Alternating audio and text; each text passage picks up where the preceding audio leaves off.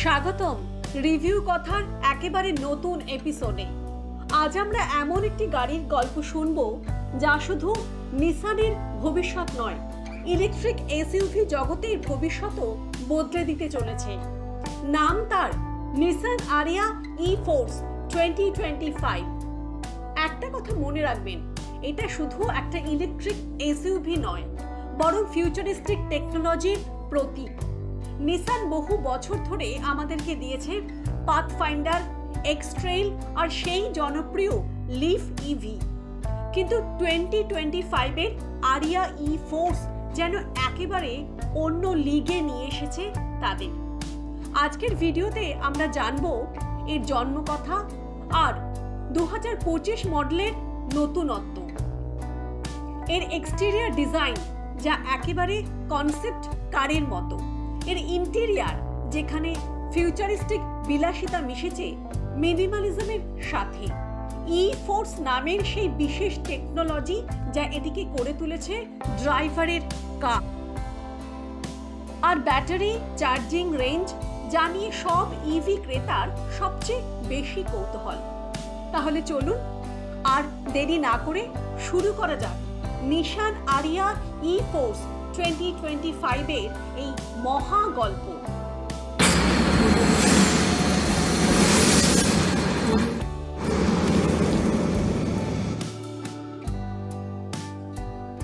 গল্পটা শুরু করতে গেলে আমাদের ফিরতে হবে 2010 সালে, যখন নিসান প্রথম লিফ ইভি বাজারে আনে।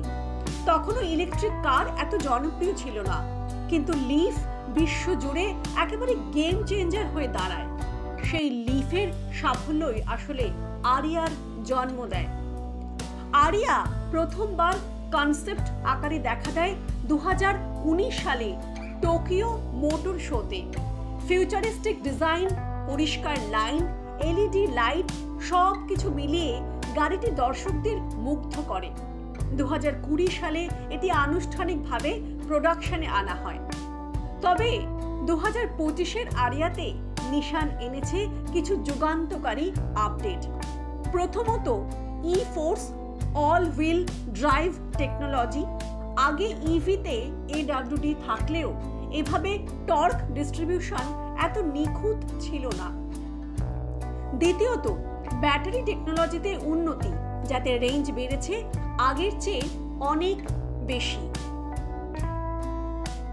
তৃতীয়ত, সফটওয়্যার আপডেট, যেমন OTA আপডেট, নতুন ইনফোটেইনমেন্ট ইন্টারফেস আর ড্রাইভিং অ্যাসিস্ট টেক। সংক্ষেপে বলতে গেলে নিসান আরিয়া ই-ফোর্স 2025 শুধু একটা আপডেট নয়, এটা নিসানের ইভি যাত্রার নতুন অধ্যায়। ডিজাইন ও এক্সটেরিয়ার। প্রথম দেখাতেই আরিয়া ই-ফোর্স 2025 আপনাকে বোঝাবে এটা কোনো সাধারণ এসইউভি নয়। সামনে রয়েছে ভি মোশন গ্রিলের নতুন ইলেকট্রিক ভার্সন, যেখানে গ্রিল আসলে পুরোপুরি বন্ধ, কিন্তু 3D প্যাটার্ন আর আলোকিত নিসান লোগো এটিকে করে তুলেছে চমকপ্রদ। এর এলইডি হেডল্যাম্প এতটাই চিকন যে মনে হবে যেন ভবিষ্যতের কোনো স্পেসশিপের লাইট। ডিআরএল গুলো বুমেরাং আকৃতির, যা নিসানের সিগনেচার ডিজাইনকে নতুনভাবে উপস্থাপন করেছে। সাইড প্রোফাইল মসৃণ কোপ এসইউভি স্টাইলের ছোঁয়া রয়েছে।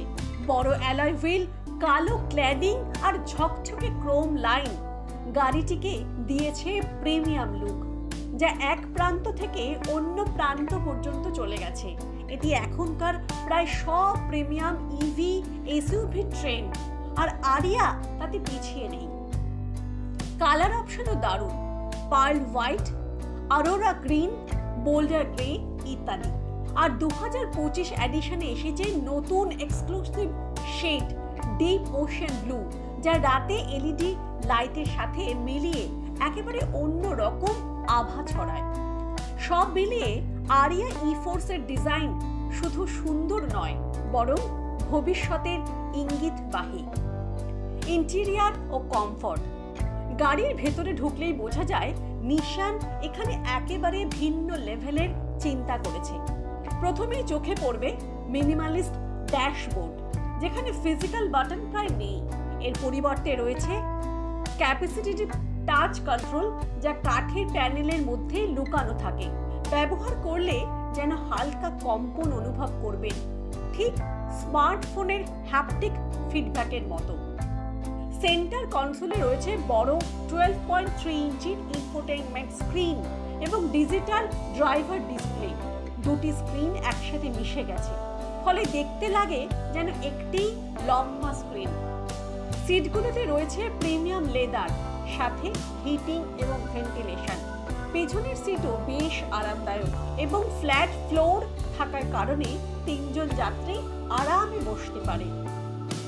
অন্যদিকে Nissan pro pilot assist system, voice command, wireless charging, 10 speaker Bose sound system সবই 2025 ভার্সনে আরও উন্নত হয়েছে।